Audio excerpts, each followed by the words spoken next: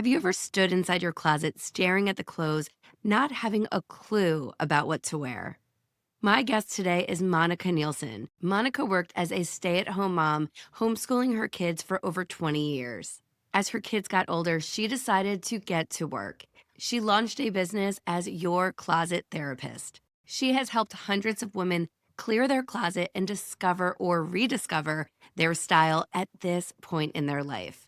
I'm excited to introduce you to Monika Nielsen so she can explain how she evolved over her career and launched this business and how she can help you figure out what to do with all of those clothes that you just no longer wear. Let's get to it. This is Monika and her second act success story. Are you ready to quit your 9 to 5 job and start a business of your own? Well, you're in the right place, my friend. Welcome to the Second Act Success Career Podcast. I am your host, Shannon Russell. I am a former television producer turned business owner, career transition coach, and boy mom. My mission is to help you produce your best life. This podcast will teach you how to get from where you are now to where you want to be, and how to build a business that fits your life and lights you up. Let's get started. Monika Nielsen, welcome to Second Act Success. Thank you. This is so fun. We met through Jan Ditchfield, who is incredible coach for us. And your story just really stood out to me. And I was like, we need to chat. So why don't we start from the beginning? Tell me where your career began. Well, I love that. I love what you do, and I love the people that you interview, and I love hearing everybody's second act. I have been calling this my Monika 2.0 era for a couple of years. We were a homeschooling family, and so we homeschooled for 22 years. So because our kids are so spread apart, it sounds much worse than it is. We don't have 12 children. We only have three, but it really was like, that's where we were and that's what we invested in. And so I had, I worked for some nonprofits and I had some little side gigs just to get me out of the house, because that can be a very overwhelming lifestyle. And I've got an incredibly supportive husband who was always like, go, get out, get out. But now that our youngest, who is now 12, who has now gone into school full time, I realized I actually had 5 days to myself. Like, what do I want that to look like? And I've been working my business for the last 5 years with 2 days a week, and I was killing it. I had really strong boundaries and got a ton done. And now I'm finding myself even more in this 2.0 era of, ooh, how does this work? Like a whole week?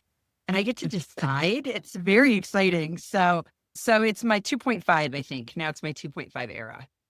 I think a lot of us who stay home kind of look a little to the future and say, what do I get to do when I grow up? What does my 50s look like, my 60s look like, when I really get to be able to choose time to myself? And I thought, I've been doing this off and on my whole life for friends and friends and friends. And I thought, let's be a big girl and really do this and pay taxes and have a business and really take this seriously, because I so believe in what I do. I thought, well, it's just time to kick it up a notch. So I like it a lot. And I want to make sure we say, like, homeschooling kids is a full-time job. That is so much. I looked into doing that in the past for a little bit, and it lasted like 2 days with my kids.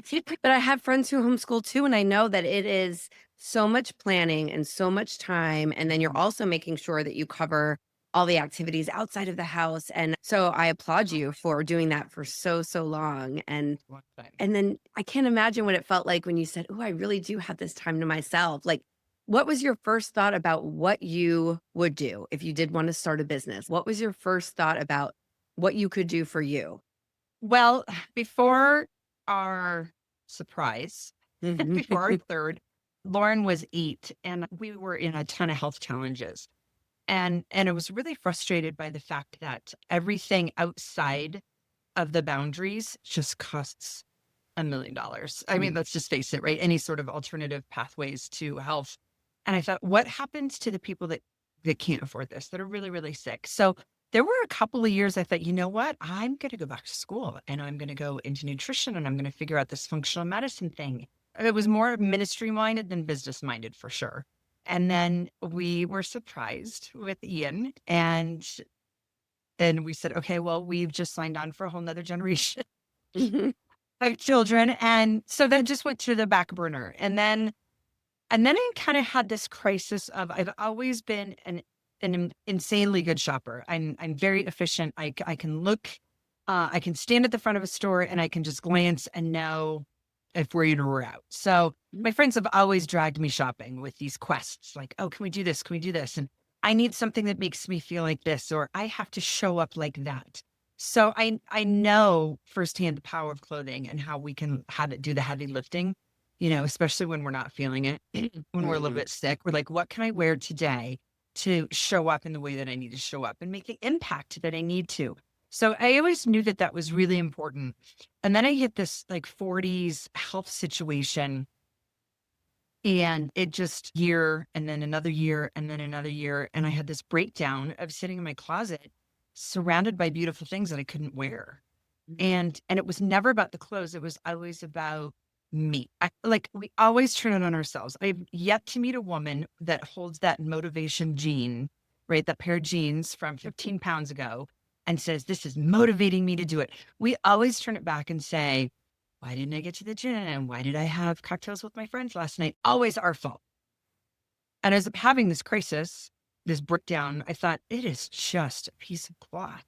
Like, what am I doing? I know better than this. Mhm. And that's when I knew that there was that deeper level. And that's when I knew being the closet therapist was really going to make huge impacts, because we're really going to pull apart this self-image and like all of this gunk that we've layered on, and realize it's just a piece of cloth. Let's use it Mhm. for good. And that, I think, was where I said, you know what, this is where I can help people one person at a time, or when I'm speaking 20 people at a time, just to release some of that guilt, to give permission to evolve, and it's all gonna be okay. It's just a piece of cloth. Like, that is a mindset shift that we all need to take with us into our closets because, Mhm. especially in midlife, when we get to this point where we had all these beautiful clothes in our 20s and now we're like, well, I don't really need to wear them or they don't fit. And how does that reflect upon me? That's so interesting. And so you created this business as a style closet coach, closet therapist. Yep. Were you your first client? Did you work on your closet and yourself first? Or how did you go out and say, I can help someone else with this? Where did it really begin? Well, it was that breakdown, and then I felt immediately. I looked at all the people I'd helped in my 30s just organize and shop, and Yeah. like, oh, I'm glad we were on the same page, because I was a little bit gruffer, a little bit rougher. And, it was a little bit more slash and burn, like, get it out, get it out, get it out. And now being 54, and realizing I love wisdom. I love my 50s. I just need everybody to know that your 50s are amazing. You're so much smarter and so much kinder and so much more compassionate.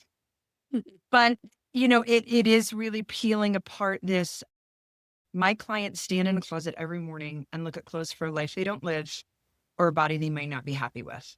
Mm, And that could be both sides. A lovely client I had gorgeous clothes, left, white to dark, everything in bins. It was folded beautifully. And she still hated getting dressed every morning because she kept looking for all these clothes and saying, I've got two toddlers under 5 and I don't have anything to go to the park and get right. grubby hands and peanut butter hands all over me. She's like, I still want to be this girl that, goes to the office and does the brunches and things like that. And so there's a grieving that happens with that when your Yes. life drastically changes. So it could be that side, or it could be, the fit, or again, that motivation that we talked about, or simply figuring out.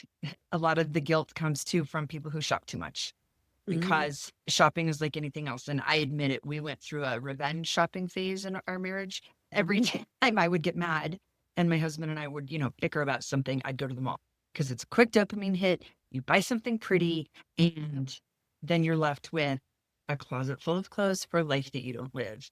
And then now you've got guilt on top of that. Like, women were so good at guilt, and I don't understand why, but I do know how to pull it apart so we can look at it objectively. mm.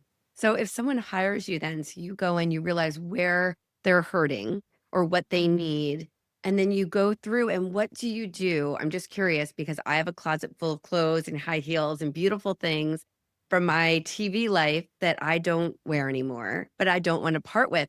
Do you go in and say, you know what, you can keep some and get rid of the others and donate them? How do you really work? If I were to hire you to come into my closet, how do Yes. you roll? Well, first, I have a workbook, Mm. and you are going to go through that. There's some homework for you to do. We're going to look at a time audit. That's where a lot of people really realize, wait, 40% of my time is really over here, and I've got nothing to represent that. Mm. I don't believe in getting rid of memories. I don't think that your cherished items are not clutter. Your favorite college sweatshirt is your favorite for a reason. And I would never, ever tell you to throw it away. I think the minimalist last 10 years have really bulldozed a lot of women. And I believe that we should cherish that, 1987 Duran Duran concert t-shirt. Yes. But we need to pull it out of your space and we need to fold it up pretty. We need to put it up high so that every time you see it, you can smile, but you're not tripping over it. Because Shannon, at the end of the day, when we're standing there in the most naked, like vulnerable space in our closet and we're digging and we say, no, no, no, no, no, no, no. So we started here, no, no, no, no. And now we're all the way down at the bottom. And it takes so much effort to get back to the top or get back to zero, let alone be in a space where we get to show up. So that's what we're working with. Like, let's stop saying no, no, no, no, no. Let's be strategic and say, you know what? Do some of those things that represented your TV life. Can we pull them in to the life you live now? Can we separate them out? Can we do that like super cute blazer with, jeans and sneakers if that's your style? Let's start pulling these apart and realizing that you get to show up in different ways of your life and it's okay to be the best dressed person in the room. Mm. But honestly, I make no decisions. You sit and I present everything to you in your closet and you're deciding based on the homework that you've done, what's the most important to you. So if there's a next goal, okay, I'm not your boss, I'm not your mom, I'm not your trainer. If there's a next goal, that's amazing. We're going to put it underneath the bed or down the hall or in a bin. Because again, you can't keep looking at things that you can't wear and have it not affect you. Right. So we pull that out. And now all of a sudden you've got a little bit more room to breathe. And then you can look at things a little more objectively and say, you know what? That actually would look good. Okay, let's start playing Go Animals. Let's start saying this can go with this and this and this and this. So then we get to have more fun with style and really give you permission to show up in all the different ways that you need to in the world. Just a simple question. You're like, well, is this a first tier just in case? Because I do like that. I do like a good first tier just in case. Just like a third or fourth tier just in case. That means we're never going to wear it. Right. Guess what? There are local organizations in your community that will do huge things with your donations. So we can give it to Dress for Success and they can impact another woman getting into the workforce. So I'll take those with me and donate on your behalf and then just send you the receipts. So then everybody wins. You get it out of your space. It literally changes the life of someone in your community at either free or very low cost. Mm-hmm. And, there's no wastefulness. I mean, it literally is a win-win situation. For everyone. Like, really, just I can imagine your clients feeling just so free and lifted and maybe more clear or more excited for tomorrow to pick out what they're going to wear, even if it is just going to the park or in line for school pickup, right? It's just feeling better about themselves. And you must feel so good knowing that you helped. And then you also helped them donate to someone in the community that can utilize those items for their own success. Exactly. That it's a non-negotiable. There are small local places. If someone's hearing this and they never ever connect with me, I beg of you just to Google the organizations that are in your town. Think of it not as an errand because I know big box donations are on every corner. This is not an errand. This is a giving opportunity. And you might have to drive another 15 minutes, but it really is being able to hand your things and know that it makes an impact for someone else. And there's so many places that do it. And I would encourage anyone to look it up or shoot me a message and I'll do the looking up. I'll go and Google it for you and figure out the best places. But it's this beautiful transfer of blessings. Like what was once your best things can be somebody else's. Mhm. Or those shopping mistakes that we make. when we swipe, when we add, when we thought it looked cute on her, but it doesn't look good on us, when we maybe had a couple cocktails and went to that cute shop and bought that jacket that was too expensive, those things just are so heavy Yeah. and they really could be used for good. So I love that so much. And can you help women not only in your area, but across the country as well? Like, how do you work? In person, virtual? yes, both. In person is obviously, the biggest bang for your buck because we can get things done in 2 to 4 hours. Yeah. The biggest volume closets, I very rarely go to a 6 hours. But I do have a way to work virtually. I can work via Zoom. I also have, for those who want to roll up their sleeves and really dig into some of the mindset behind it, I have a DIY series. And that is amazing because we have closet personalities, I've realized. And I have a quiz where you can have one of four of these closet personalities. And it's through that lens that you shop the way you shop, purge the way you purge. And we really dig in. And instead of just grabbing this random list off the internet and then going through your closet and following the list, and then you wonder why you're in the same place in 6 months. We figure out, are you a frustrated seeker? Are you always looking for the next thing to make it all better? Are you an overwhelmed accumulator? Do you keep it all for that just in case? There's a style evolver. I think that's a huge one that people miss is, again, the guilt. Shannon, I don't understand. But we will evolve in all these areas of our life, and our closet is the last one because we find it wasteful.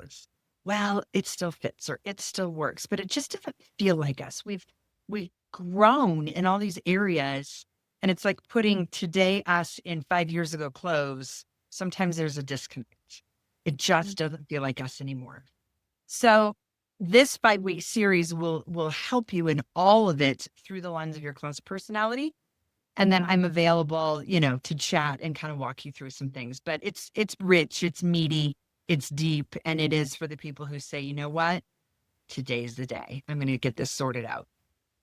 Well, a lot of my listeners may be listening now saying, you know what? My past career, my first act doesn't fit up with my second act, like mine, and probably like yours, being a homeschool mom. And now you're out and about as this businesswoman. And what do I do with those clothes? And now you're giving them a solution. What do you want to keep? What do you want to donate to Dress for Success Mhm. or any Right. other valuable organization? And do you suggest that for someone who's thinking about changing careers to really also not only look at what they want to do, but at their closet and how they want to show up in this new act of theirs? It really is like you're changing your personality in a sense when you take on this second act role.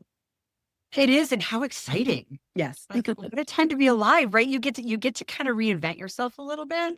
I think that there's a tension between our second acts of being really, really scared, right? To jump into something new and really, really exciting. And we can do that with our wardrobe as well. We can be a little bit nervous. I just had a client yesterday. She said, if I got rid of everything, I'd have like 6 pieces left. I'm like, well, maybe not. And we went through everything. And honestly, she probably only needs 3 or 4 pieces to complete her wardrobe. It was just the more you say no, the more you say, forget it. Yeah. I have nothing. I want to get rid of it all. But in the work we do together or in that 5-week series, you're really going to dig down into, why don't I like this? Is this a cut, a color, a shape, a fabric, whatever it is? And then you're going to think, oh, now I know not to buy it again. So we become much better shoppers, saving you a ton of money and the waste of just the whole environmental issue with the textile industry. But you get to start curating a wardrobe for the person you want to be. It's exciting because when we're little, it's usually dictated by our parents. And then, when we're kind of younger or married, it's dictated by, income and circumstances. But we just aren't ever able to develop the skill to figure out how to curate something just for us. Mhm. And I find in second acts, and I'm sure you do too, talking to people all the time, is this freedom of who do I want to be and how do I want to show up in the world? So exciting. It is exciting. It's not about when you start a second act actually getting rid of your entire wardrobe. It really can be about saying, what am I going to wear?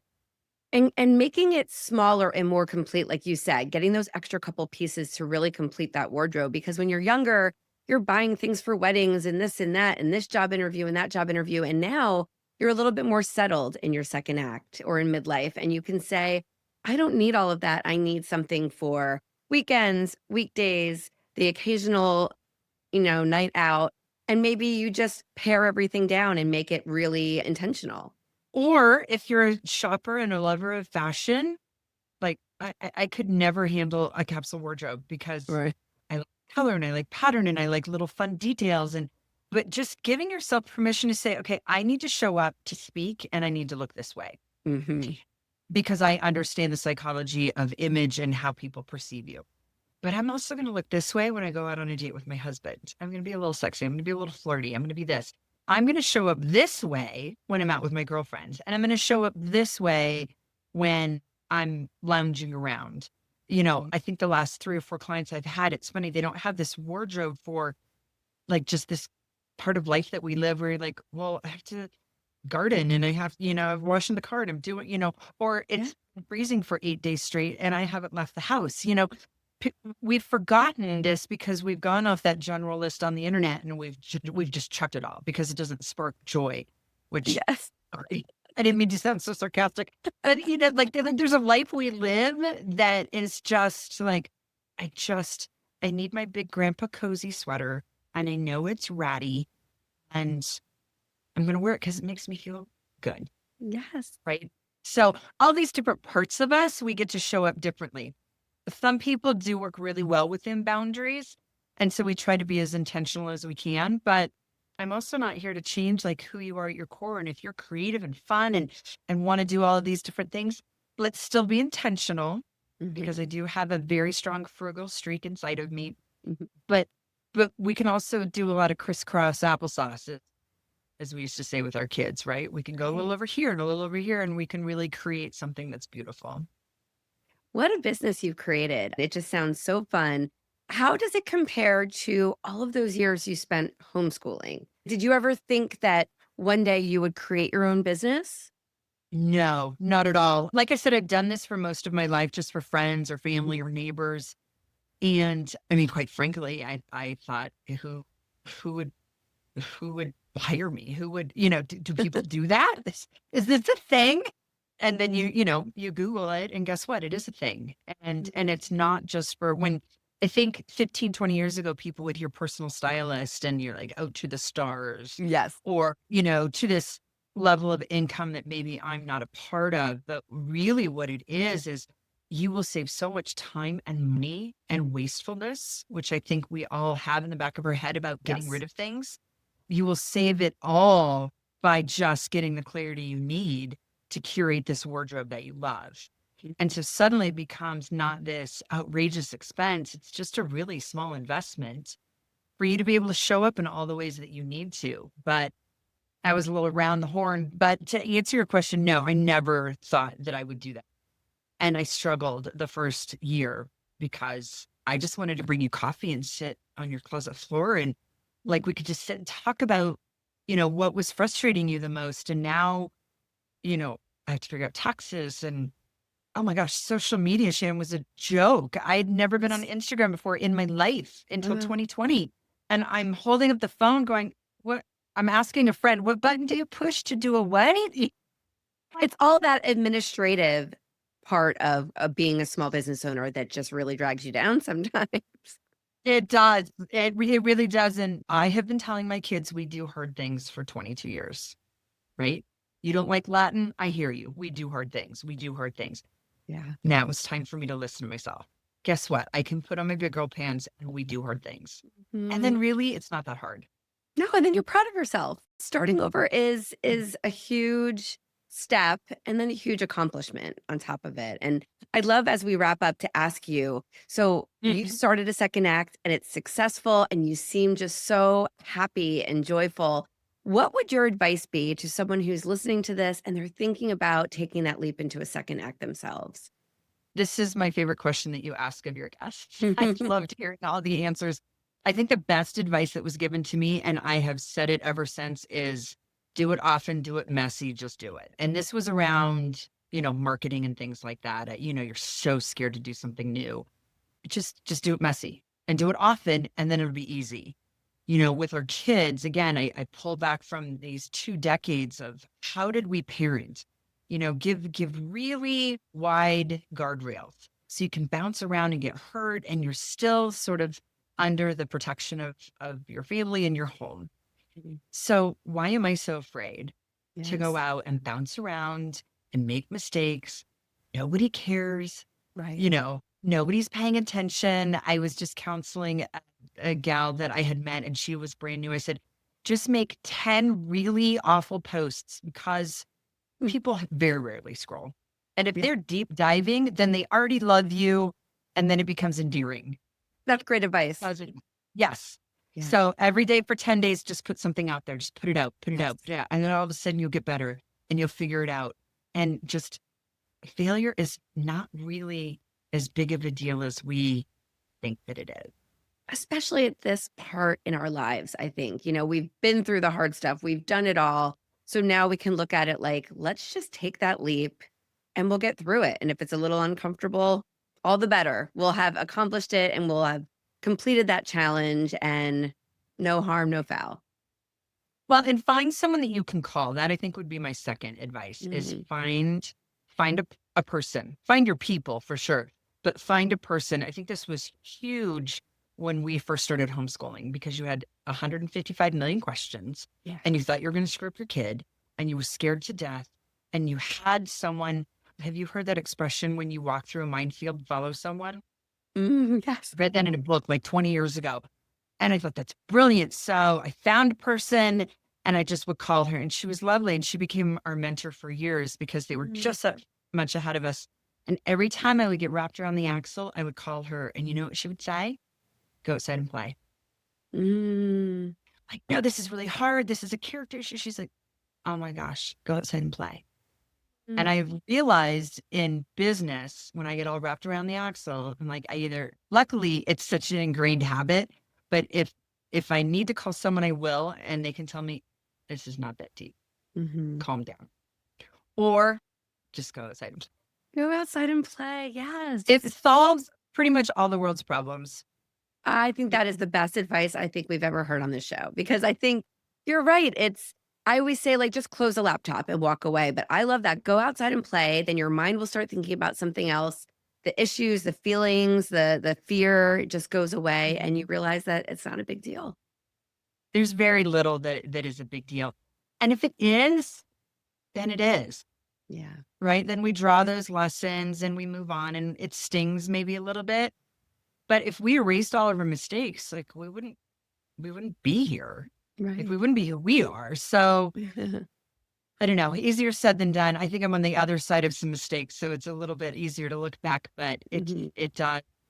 just go outside and play. Go outside and play. Oh, Monica, I love this. And I love this conversation. If my listeners want to connect with you, which I'm sure they will, where are all the places? I play mostly on Instagram. So that's at Style Closet Coach. And then a little bit on LinkedIn, but really most of my content is there.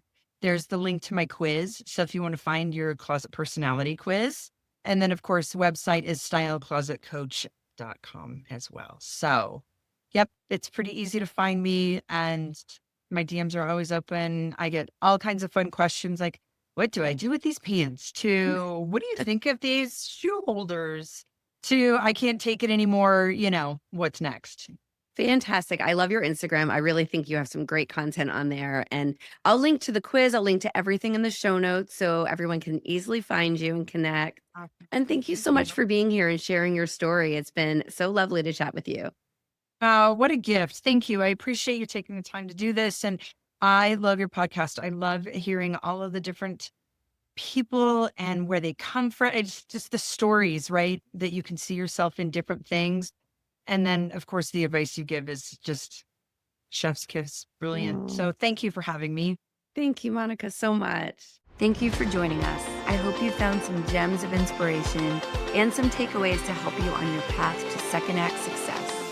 To view show notes from this episode, visit secondactsuccess.co. Before you go, don't forget to subscribe to the podcast so you don't miss a single episode. Reviews only take a few moments, and they really do mean so much. Thank you again for listening. I'm Shannon Russell, and this is Second Act Success.